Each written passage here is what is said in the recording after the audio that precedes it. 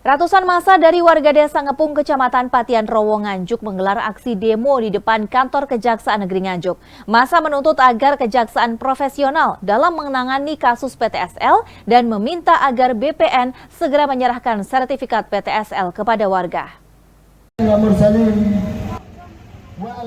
Ratusan massa dari warga desa Ngepung, Kecamatan Patian Rowo, Nganjuk menggelar aksi demo di depan kantor Kejaksaan Negeri Nganjuk.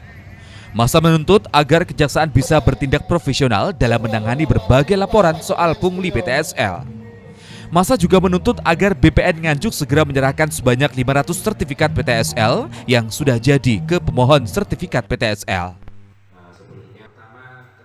Kejari tetap akan profesional menangani hal semacam ini, yang pasti tanpa ada bukti yang jelas, didasari dengan hukum yang jelas, mereka tidak akan melanjutkan tuntutan tersebut.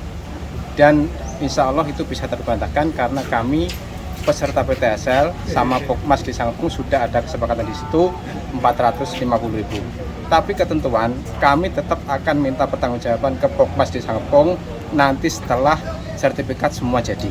Terima kasih ya. Diki Andi Firmansyah, Kasih Intel Kejaksaan Negeri Nganjuk mengatakan, tidak ada bukti pungli PTSL di Desa Ngepung. Meski membayar 450.000 dan tidak sesuai dengan keputusan SKB 3 Menteri sebesar Rp150.000, itu dianggap tidak menyalahi hukum karena ada kesepakatan antara panitia dan peserta serta mengacu pada Perbub.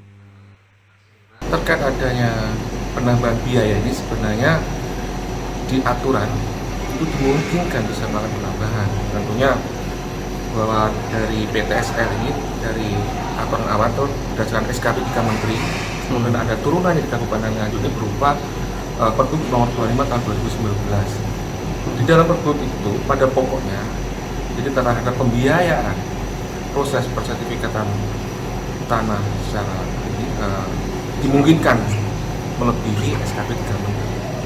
Jadi itu masih diperbolehkan dalam kategori wajar, Pak? Asalkan berdasarkan kesepakatan para warga, dan tentunya di dalam Perbub ini ada formatnya dan berdasarkan kesepakatan dan bisa dipertanggungjawabkan, penggunaan juga transparan.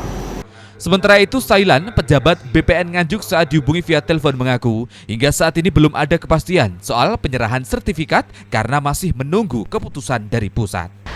Ahmad Sarwani, JTV, Nganjuk.